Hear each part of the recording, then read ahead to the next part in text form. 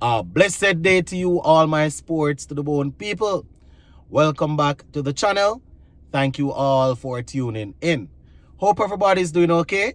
Hope you're all enjoying this beautiful Thursday. All right, so I have a couple of cricket stories for us to go through in this one.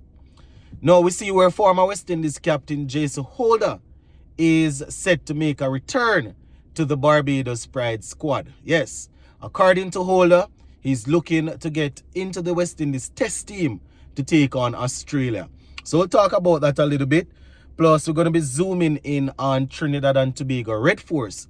They have actually gotten off to a good start in the West Indies Championship, but they will definitely be thanking the man above, saying that, a couple of their players in Jason Mohammed and Yannick Correa had sustained minor injuries. But I am sure they will be happy that, they're on a break now, so they can get some time to recover. So we're going to take a look at those two guys.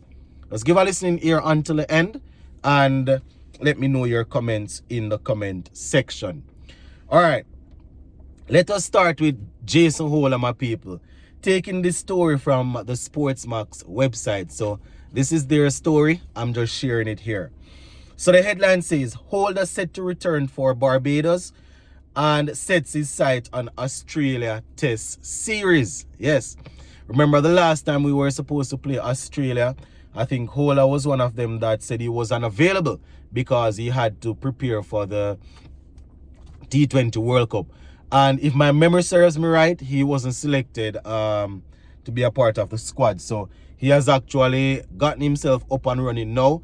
And according to him, he's looking to play against Australia. So just bear with me as I read this article.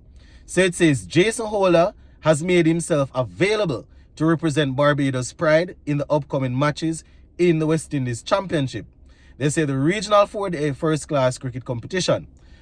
They said the world-rated all-rounder said he is looking forward to the next round of matches and on March 5th to 8th, right? When the Bajan face combined campuses and colleges at Kensington Oval.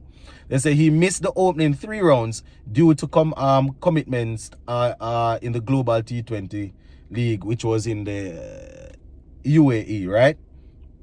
All right, so this is Jason Holder now, and I quote, I have been in contact with the chairman of selectors and informed him of my availability. I'm happy to be back and want to represent Barbados once again. Last year, I played 2 games for Barbados. Representing my country means a lot to me. I want to continue to make contribution to Barbados cricket on and off the field. End quote for now. Holder went on to say, along with helping Barbados in the regional competition, I'm also hoping to regain my place in the test team as well. Right? I want to be in the squad to play against Australia. The last time I played, I did pretty well, but the injury kept me out, so I'm working towards that again. End quote for now. And as we said, Holder, I don't remember if it was a back injury or a shoulder injury that, kept him out for a little while. And then he made his return to T20 cricket. Now, I've always said to people that, over the last couple of years, we haven't seen the best of Jason Holder at the test level. But, I always make it my point of duty to remind people that Jason Holder gave basically the all of his youthful days to West Indies cricket.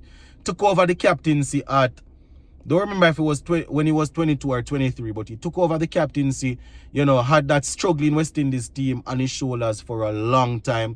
You understand? When a lot of people were going away to play T20 cricket.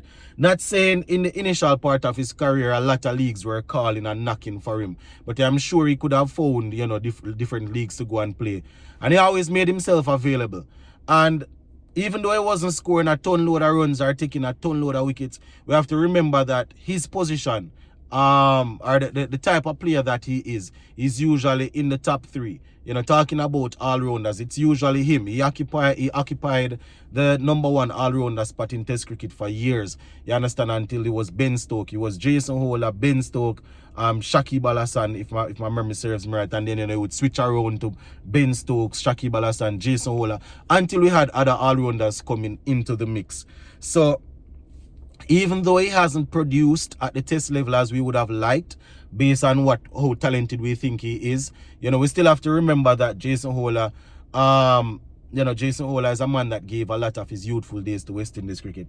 And I've always been a man like this, because you did a lot for us when in your youthful days doesn't necessarily mean that you can sit and become a pensioner on the team, because you were paid to play.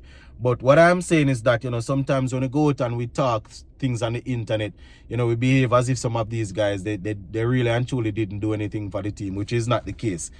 So let us see. I mean, we have guys like Justin Greaves coming through. We have Matthew Ford. We have quite a few all-rounders, you understand, that are actually coming through now that will definitely be looking to get their names up there.